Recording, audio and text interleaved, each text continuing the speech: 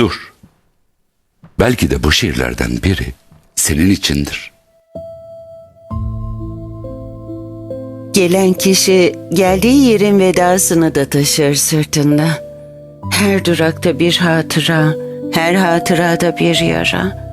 Gidenler bavula sığmaz, kalanlar bir cümleye.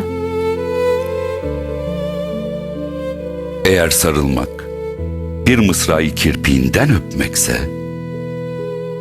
şiirin kendine bile yetemediği yerdeyiz şimdi.